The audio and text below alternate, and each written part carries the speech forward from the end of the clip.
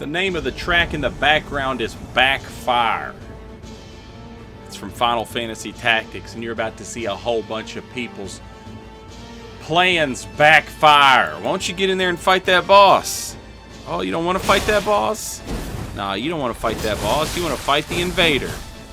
Alright then. I don't know what got over, like, what overcame me. What came over me. Something was coming. Alright? And it was the desire to fight people in this hallway. And I was just invading the damn thing all week. And I was having a good time, strangely enough. I don't, you know, if you came in here and you was using some really strong build,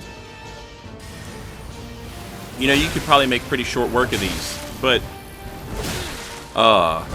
that's not what I was doing. So anytime I took a victory in one of these hallway invasions, I felt like $1 million. And I took a few. And man, it was good. I got a bunch of footage probably of other fights in this hallway, but those will be in other videos. On this particular video that you're seeing here, all of this footage came from one PlayStation profile with just, you know, all the characters coming off this one PlayStation profile, you know.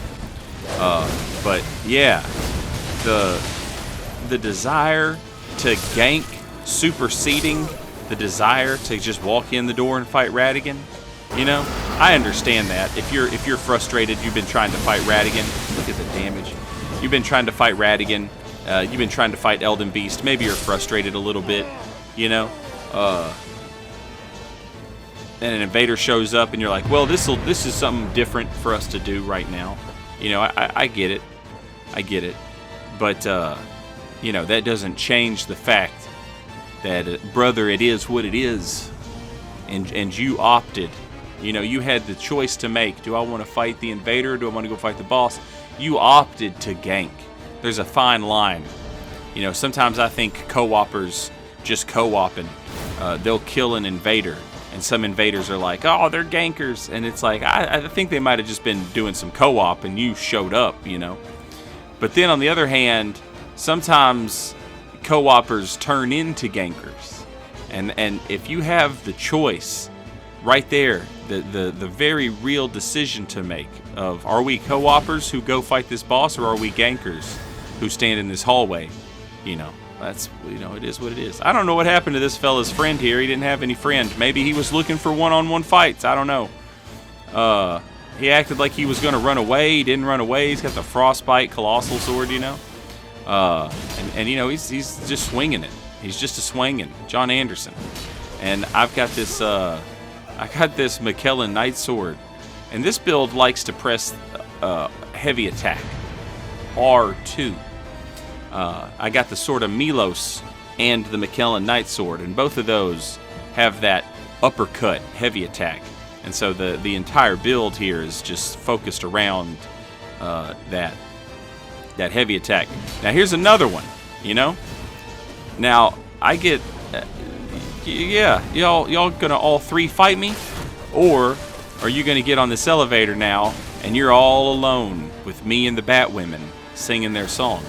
You know, maybe in that situation, it's hard to say, you know, I ran right through them and they just started swinging. That's fair game. I don't think that makes them gankers. The decision was not theirs to make. It was, you know, you see some red guy running at you.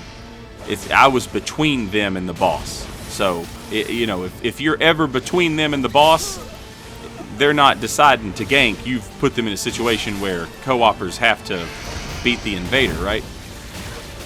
Now, granted, they could have just walked into the boss fight and sent me home, but that would have left their buddy alone.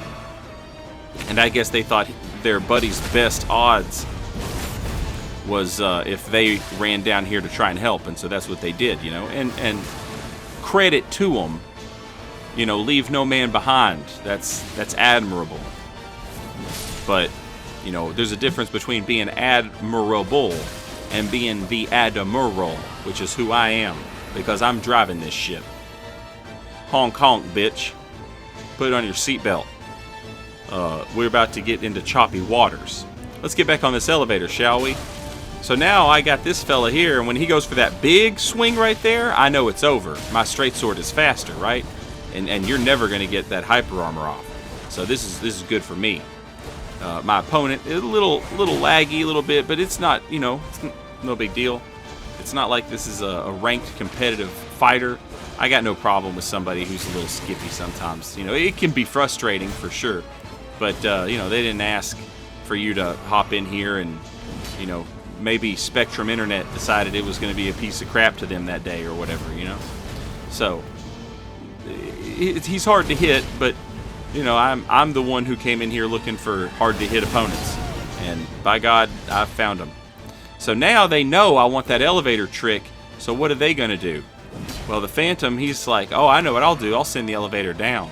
But remember, this is a video about people's plans, backfiring, right? So what he doesn't know, what he doesn't realize is that he's just given me some extra iframes, right? Because what I'm going to do is I'm gonna run over to that elevator. I'm gonna pull that lever, and when I do that, they're not going to be able to hurt me. Just iframes, right? And now they have to contend with the elevator again. Will I go back down? Maybe I will, maybe I won't. Who's to say? He goes for that last R1 again, and it's like he didn't learn his lesson, not to be pressing that one.